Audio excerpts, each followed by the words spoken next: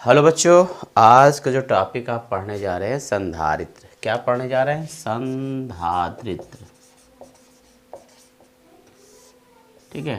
संधारित्र को इंग्लिश में कैपेसिटर या कंडेंसर भी कहते हैं। देखो, इससे पहले हम लोगों ने जो चैप्टर चल रहा है वो इलेक्ट्रोस्टैटिक्स पोटेंशियल एंड कैपेसिटर चल रहा है, यानी स्थिर वैद्युत विभव और संधारित्र चल रहा है। इस लेसन में हम लोगों ने इससे पहले जो पढ़ा था एक समान वैद्युत क्षेत्र में स्थित इलेक्ट्रिक डाइपोल की स्थितिज ऊर्जा, तो उसी के आगे हम लोग पढ़ने चल रहे हैं कैपेसिटर। कैपेसिटर क्या होता है? तो रियल में जो कैपेसिटर वर्ड होता है, पहले इसे हम लोग क्या कहते हैं, इसे पहले बोला जाता था कंडेंसर। और कंडेंसर किस वर्ड से मिलकर बना होता है? कंडेंस। कंडेंस का मतलब होता था कि चार्ज को स्टोर करने की क्षमता। ठीक है, चार्ज स्टोर करने की क्षमता। कंडेंसर होता क्या है कि चार्ज को, यानी इलेक्ट्रिक करंट, या कह सकते हो कि चार्ज को स्टोर करता है, और जब इसकी आवश्यकता पड़ती है तो उसे क्या करता है, करंट के फॉर्म में बाहर निकाल देता है।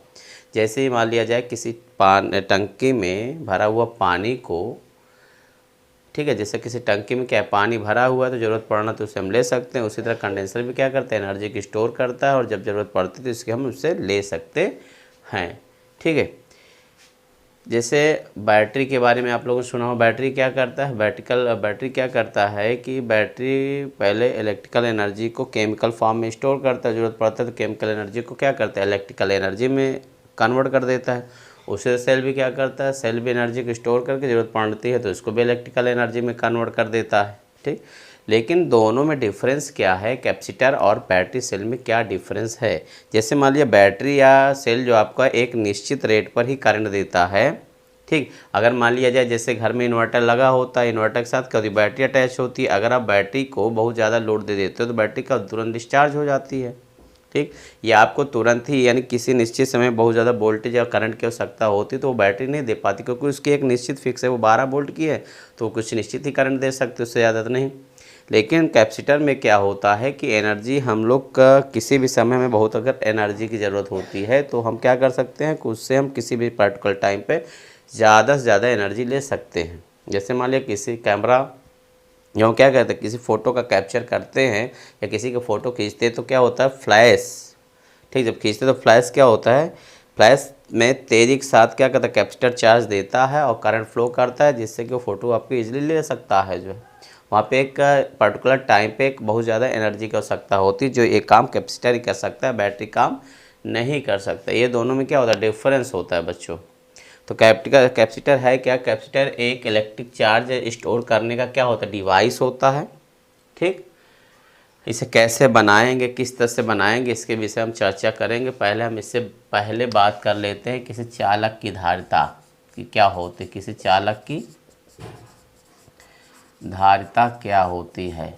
ठीक, यानी capacity of conductor, capacity of conductor ये क्या होता है, किसी चालक की धारिता मतलब। ठीक, किसी चालक की धारिता का मतलब क्या होता है, किसी चालक में आवेश रखने की क्षमता उस चालक की क्या कहते हैं, धारिता कहलाती है। फिर से सुनिए, मतलब किसी चालक में आवेश रखने की क्षमता उस चालक की क्या कहलाती है, धारिता कहलाती है। और हर चालक में आवेश रखने की क्षमता क्या होती है, अलग अलग होती है, डिपेंड करता है उसका शेप एंड साइज़ पे। ठीक, तो कितना चार्ज रख सकता है, अगर बड़ा साइज़ का कंडक्टर होगा तो ज़्यादा चार्ज रख लेगा, छोटे साइज़ का कंडक्टर होगा तो उसका शेप छोटा होगा तो कम चार्ज रख पाएगा। तो ये डिपेंड करता है उसके ज्योमेट्री शेप पे। ठीक, तो यहाँ पे देखो बाई प्रैक्टिकली ये देखा गया कि जब हम किसी चालक को, जैसे मान लिया जाए कोई चालक किसी भी शेप का है, अगर इसे हम क्या करते हैं, चार्ज देते हैं, तो जैसे जैसे इसको चार्ज हम देते जाएंगे, 1 प्लस 2 प्लस 3 प्लस, जैसे जैसे चार्ज देते जाते हैं वैसे इसका पोटेंशियल क्या होता है, इंक्रीज करता है। तो यानी किसी चालक को चार्ज देने पर, किसी चालक को चार्ज देने पर इसका पोटेंशियल क्या होता है, इंक्रीज होता है। यानी कि आप चार्ज दोगे, चार्ज जैसे जैसे बढ़ाओगे पोटेंशियल भी क्या होगा, वैसे वैसे इंक्रीज करेगा। इसका मतलब हुआ कि चार्ज और पोटेंशियल के बीच जो रिलेशन होगा वो डायरेक्टली प्रोपोर्शनल का होगा। यानी जैसे जैसे हम लोग क्या करेंगे, किसी कंडक्टर को चार्ज देते हैं वैसे वैसे पोटेंशियल इसका क्या होता है, इंक्रीज होता है। तो यहाँ पे Q डायरेक्टली प्रोपोर्शनल टू क्या हो गया, V हो गया। ठीक, अब जैसे ही प्रोपोर्शनल आप हटाओगे, जैसे ही क्या करोगे, प्रोपोर्शनल आप हटाओगे, वैसे ही क्या होता है, कांस्टेंट आता है। कांस्टेंट यहाँ पे क्या है, C, कैपिटल C, और C इक्वल क्या हो जाएगा, Q बाई V। इसी कैपिटल सी को हम लोग कहते हैं किसी चालक की धारिता। इसे क्या बोलते हैं? चालक की धारिता। किसी भी चालक की अगर हमें धारिता ज्ञात करना है या किसी भी चालक की धारिता को हम लोग कैपिटल सी से शो करते हैं और इसका जो सूत्र होता है सी बराबर क्यू अपॉन वी है। यहाँ पे क्यू क्या है? चालक को दिया गया आवेश है। क्या है? दिया गया आवेश है। और ये कैपिटल वी क्या है? चालक के विभव में वृद्धि है। क्या है? चालक के विभव में वृद्धि यानी पोटेंशियल डिफरेंस है। ये क्या है बच्चों? Potential difference. जैसे पहले कोई ये चालक था, जब आपने इसको कोई आवेश नहीं दिया था, यानी जब क्यू बराबर क्या था? 0 था, तो यहाँ पे पोटेंशियल भी क्या था? 0। अब आपने क्या किया? इसको जब चार्ज क्या कर दिया? क्यू दे दिया, तो इसका पोटेंशियल क्या हो गया? V2 बराबर V हो गया। यानी 0 से बढ़कर क्या हो गया? V हो गया। तो पोटेंशियल डिफरेंस क्या हो जाएगा? V2 माइनस V से क्या आ जाएगा? आपका V हो जाएगा। तो यहाँ पे क्या है? विभव में वृद्धि मतलब पोटेंशियल डिफरेंस है। तो किसी चालक की धारिता अगर इस सूत्र से बताया जाए तो क्या होगा? किसी चालक की धारिता उस चालक को दिया गया आवेश और उसके विभव में वृद्धि होने वाली वृद्धि के अनुपात के बराबर होता है। फिर से एक बार मैं रिपीट करूँगा। चालक की धारिता क्या होती है? किसी चालक में आवेश रखने की क्षमता को उस चालक की धारिता कहलाती है। तो हमने प्रैक्टिकली ये देखा, जब किसी चालक को हम लोग आवेश देते हैं तो वैसे वैसे ही उसका क्या होता है? पोटेंशियल बढ़ता जाता है। तो दोनों के बीच में रिलेशन कैसा हुआ? V Q directly proportional to V का। और जैसे ही आप प्रोपोर्शनल क्या करोगे? हटाओगे, वैसे एक कांस्टेंट आएगा सी, जिसे हम क्या कहेंगे? चालक की धारिता कहते हैं। तो सी बराबर क्या हो जाएगा? Q upon V. तो यहाँ पे क्यू क्या है? चालक को दिया गया आवेश, और वी क्या है? विभव में वृद्धि। तो यहाँ से किसी चालक की धारिता की परिभाषा सूत्र से क्या होगी? किसी चालक की धारिता उस चालक को दिए गए आवेश और विभव में होने वाली वृद्धि के अनुपात के बराबर होता है। तो यहाँ पे देखो, जो चालक की धारिता का जो मात्रक होता है, चालक की धारिता का मात्रक जो होगा वो क्या होता है? फायरड होता है। माइकल फायरड के सम्मान में इनका यूनिट रखा गया फायरड। क्या होगा? मात्रक क्या होगा? चालक की धारिता का मात्रक क्या हुआ? फायरड। और इसे दूसरा हम कह सकते हैं क्या हो जाएगा? कूलाम पर वोल्ट। देखो यहाँ सूत्र से क्या हो जाएगा? कूलाम पर वोल्ट। तो याद रखिएगा किसी चालक की धारिता का मात्रक क्या होता है? फायरड या कूलाम प्रति वोल्ट होता है। 1 फायरड बराबर क्या लिख सकते हो? 1 फायरड बराबर हम लिख सकते हैं 1 कूलाम पर वोल्ट। यहाँ फायरड की भी परिभाषा दिया जा सकता है। फायरड की भी क्या किया जा सकता है? परिभाषा दिया जा सकता है। किसी चालक की धारिता 1 फायरड क्या होती है, या कह सकते हो 1 फायरड की परिभाषा क्या? जब किसी चालक को 1 कूलाम आवेश देने पर उसके विभव में वृद्धि 1 वोल्ट की होती है तो चालक की धारिता क्या कहलाती है? 1 फायरड कहलाती है। फिर से एक बार सुनिए। किसी चालक को 1 कूलाम आवेश देने पर उसके विभव में वृद्धि यदि 1 वोल्ट हो तो उस चालक की धारिता 1 फायरड कहलाती है। समझ में आ रहा है ना सबको? ठीक। यहाँ हमने समझा किसी चालक की धारिता, किसी चालक की धारिता के विषय में हम लोगों ने थोड़ा सा डिस्कशन किया और इसको समझा। ठीक है, कि किसी चालक की धारिता क्या होती है। ठीक। अब किसी चालक की धारिता क्या होती है? फिक्स होती है। ठीक। अब देखो, इसके बाद हम लोग थोड़ा सा बात करेंगे जैसे विलगित गोलीय चालक की धारिता क्या होगी। विलगित गोलीय चालक की धारिता क्या होगी? या मात्रक समझ गए? तो यहाँ पे देखो, थोड़ा से हमने कहा सी बराबर क्यू अपॉन वी है, तो इससे हमने आपको बताया कि जो चालक की धारिता का मात्रक होता है वो क्या होता है? फायरड होता है। और इसको किससे शो करते हैं? एफ से शो कर सकते हैं, या तो होता है कूलाम पर क्या होगा? वोल्ट इसका मात्रक होता है। इतना क्लियर है सबको? अब यहाँ से इसका विमीय सूत्र निकालो, यानी कि सी का विमीय सूत्र, धारिता का विमीय सूत्र क्या होगा? अक्सर एग्जाम में ये पूछता है कि धारिता का विमीय सूत्र क्या होगा, सी का विमीय सूत्र क्या होगा। तो आपने देखा कि सी इक्वल क्या होता है? क्यू अपॉन वी फार्मूला होता है। अब इसकी बीमा निकालने के लिए हम v को लिख सकते हैं। v इक्वल क्या होता है? चूँकि v इक्वल क्या होता है? डब्ल्यू बाई क्यू हो जाता है। तो डब्ल्यू बाई क्यू रखें, क्यू ऊपर चला जाएगा तो ये क्या होगा? क्यू स्क्वायर हो जाएगा। तो यहाँ पे देखो क्यू क्या है? क्यू का डायमेंशन होता है a इंटू 2 और स्क्वायर है तो 2 लग जाए। और डब्ल्यू होता है m/L2t-2। वर्क क्या है? डब्ल्यू क्या है? वर्क है। और वर्क का डायमेंशन होता है m/L2t-2। तो इसको अपर डायरेक्शन में ले जाएं, इसको ऊपर ले जाएंगे तो क्या हो जाएगा? इसकी पावर 1 है तो ऊपर जाने पर -1 हो जाएगा। और ये L2 है, इसको ऊपर ले जाएंगे तो L-2 हो जाएगा। और ये भी ऊपर जाएगा तो क्या होगा? T4 हो जाएगा। और ये क्या हो जाएगा? A2। तो संधारित्र की धारिता का जो विभेद सूत्र होता है वो m-1 L-2 T⁴ और क्या होता है A2 होता है। बच्चों ध्यान दीजिए, यहाँ पे धारिता का विभेद सूत्र क्या होता है m-1 L-2 T⁴ A2 होता है। अब हम थोड़ा से और आगे चलते हैं और हम ज्ञात करते हैं कोई विलगित अगर निकाय हो, विलगित निकाय का मतलब होता है एक अकेला निकाय हो, तो उसकी धारिता हम कैसे ज्ञात कर सकते हैं।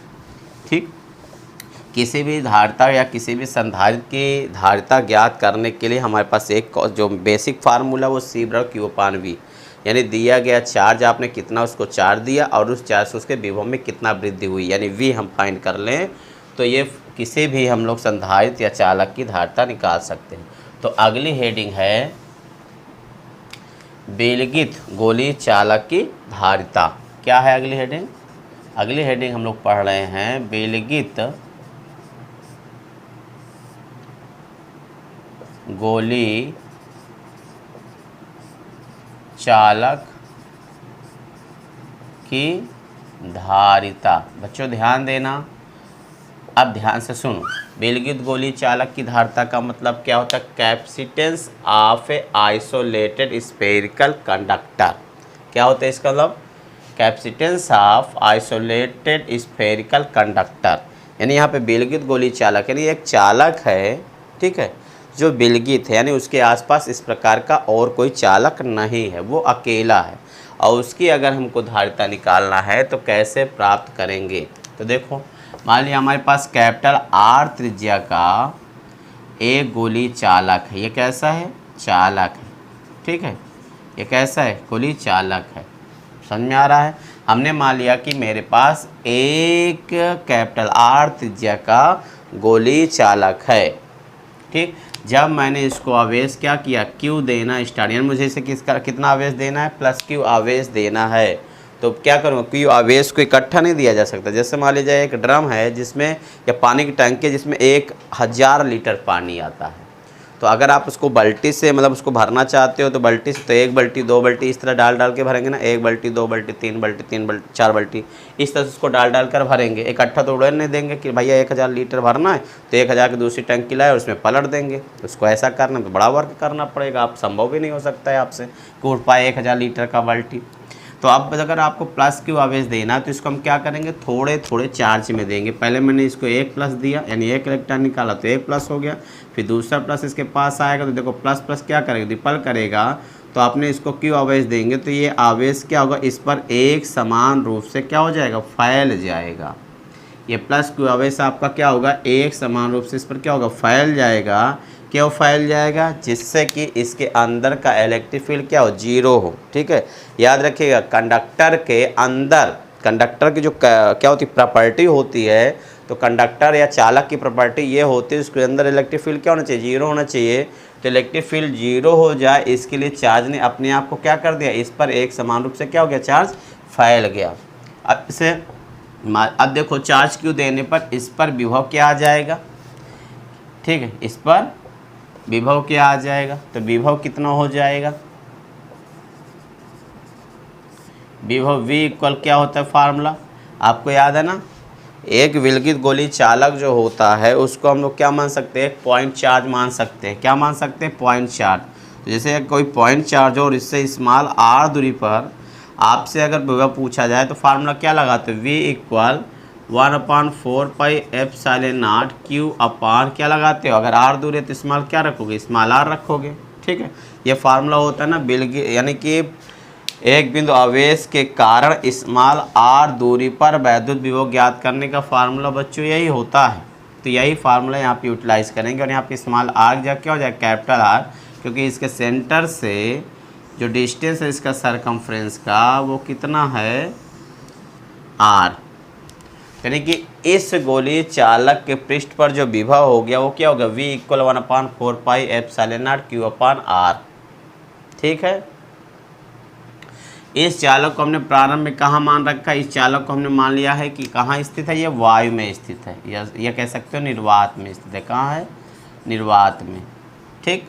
तो विभव आ गया इतना। तो चालक की धारिता कितनी हो जाएगी? आपको पहले ही बताया गया कि चालक की धारिता अगर ज्ञात करना तो उसके चालक की धारिता ज्ञात करने के लिए क्या होता है फॉर्मूला, C=Q/V। तो आपने चार्ज कितना दिया, Q दिया, और Q देने पर इसके विभव में वृद्धि कितना हो गया, V का इतना होगा, तो इसकी वैल्यू रखो 1/, क्या होगा 4πε0, और Q/, क्या हो गया R। ठीक, तो यहाँ पे 4πε0R क्या होगा, ऊपर पहुँच जाएगा, तो 4πε0 इंटू R इंटू क्या होगा कैपिटल Q बाई क्या हो गया स्मॉल Q, तो Q को कैंसिल हो, तो Q इक्वल क्या है 4πε0 इंटू क्या हो गया कैपिटल R। इसका मतलब ये हुआ किसी चालक की धारिता, यानी किसी गोलीय चालक की जो धारिता होती है वो किस पर डिपेंड करती है, कैपिटल R, यानी उसकी त्रिज्या पर डिपेंड कर रही है। मतलब गोलीय चालक की त्रिज्या जैसे जैसे आप बढ़ाते जाओगे तो उसका साइज़ क्या होगा, बढ़ता चला जाएगा, और धारिता क्या होगी उसकी बढ़ती चली जाएगी। यानी कि साइज़ जितना बड़ा होगा उसमें चार्ज रखने की क्षमता क्या होगा उतना ही बड़ा होगा, उतना ही अधिक होगा। बच्चों यहाँ पे ध्यान देना कि R का क्या मतलब है, R क्या है, इस गोलीय चालक की क्या है त्रिज्या है। तो यानी त्रिज्या जैसे जैसे बढ़ाओगे तो इसका साइज़ क्या हो जाएगा, बड़ा होता चला जाएगा, साइज़ बड़ा होता चला जाएगा, तो इसमें चार्ज रखने की क्षमता क्या हो जाएगी, बढ़ जाएगी। यानी चार्ज रखने की क्षमता को ही क्या बोलते हो, धारिता बोलते हो। C की वैल्यू क्या होगी, उतना ही अधिक हो जाएगी। हमने यहाँ पे क्या लिया, इस चालक को कहाँ लिया है, हमने इस चालक को अभी माना कि ये निर्वात में हो। अगर यही चालक कहाँ हो, के परावर्तकांक वाले माध्यम में रखा हो, तो ये फार्मूला हो जाएगा C=4πε0 इंटू के इंटू क्या हो जाएगा R, क्या हो जाएगा 4πε0 के इंटू R हो जाएगा। यानी धारिता रखने की क्षमता, यानी चार्ज रखने की क्षमता और अधिक हो जाएगी। क्या आपको इतना क्लियर, अगर आपको इतना क्लियर हो मैं तो इसके आगे थोड़ा टॉपिक पढ़ते हैं हम लोग। ठीक, थोड़ा सा एक का न्यूमेरिकल करते हैं। ठीक, यहाँ पे देखो आगे, अब हम बात करते हैं जैसे थोड़ा पृथ्वी के बारे में। ठीक, अगर आपसे पूछा जाए कि क्या है, पृथ्वी भी एक गोलीय चालक है, क्या है क्वेश्चन ये है, पृथ्वी को एक गोलीय चालक मानते हुए उसकी धारिता ज्ञात कीजिए, उसकी धारिता कितनी होती है। ठीक है, तो इसकी धारिता यानी पृथ्वी की धारिता की बात कर रहा है।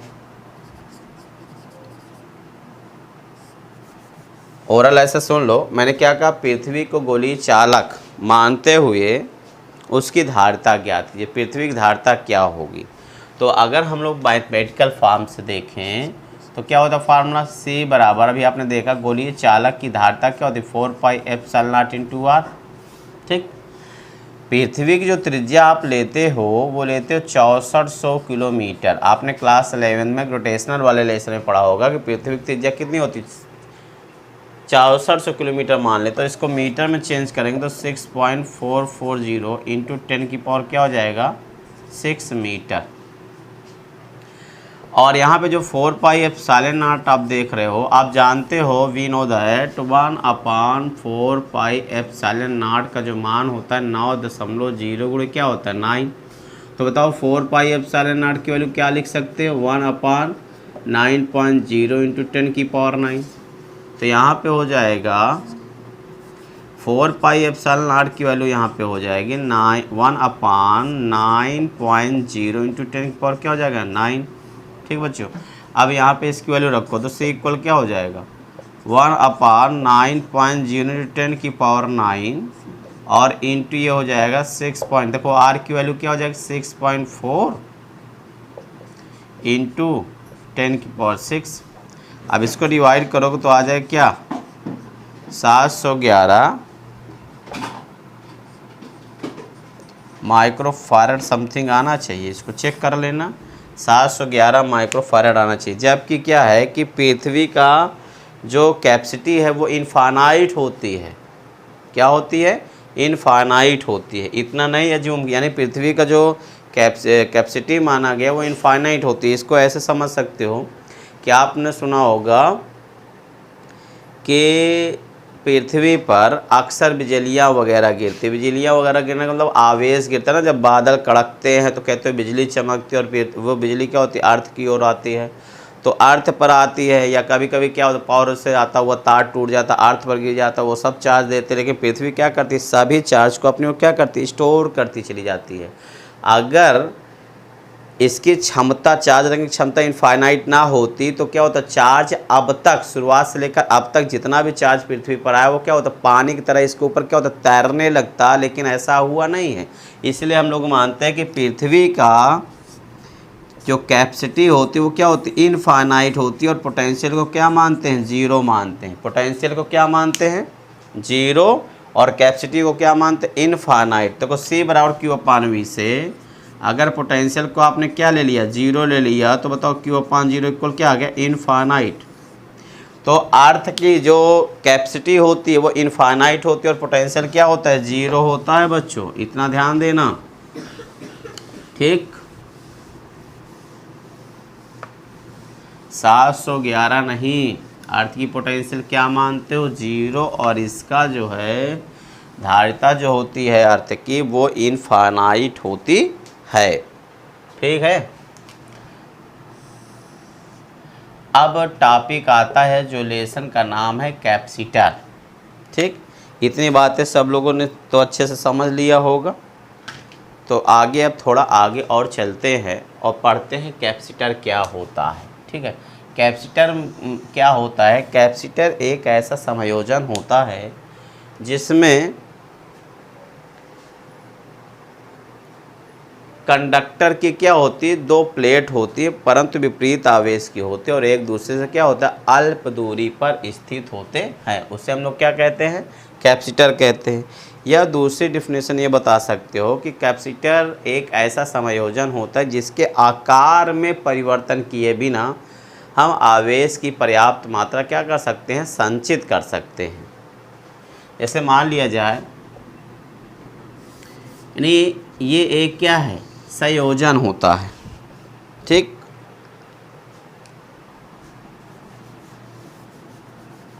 कैपेसिटर क्या है, कैपेसिटर इसकी डिफिनेशन ध्यान से सुनो, मैं बार बार बोल रहा हूँ कि कैपेसिटर क्या है, यानी संधारित्र एक ऐसा समायोजन होता है जिसके आकार में परिवर्तन किए बिना आवेश की पर्याप्त मात्रा संचित कर सकते हैं, ठीक है।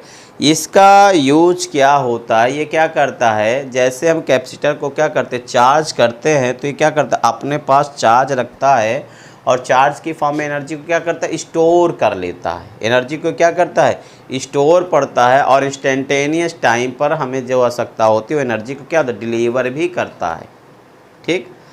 जैसे फ़ैन में आप देखते हो कि फ़ैन में आप देखो, फ़ैन में एक सफ़ेद कलर का छोटा सा सिलेंडर यानी बेलनाकार लगा होता है जिससे हम क्या होते हैं, कंडेंसर वही है, उसी कंडेंसर को संधारित्र बोला गया। तो पंखे में इसका यूज क्या है, आप जानते हो कि अल्टरनेटिव करंट जो होती है वो समय के साथ क्या होती है, चेंज होती रहती है, ठीक। वो इस फॉर्म में चलती है,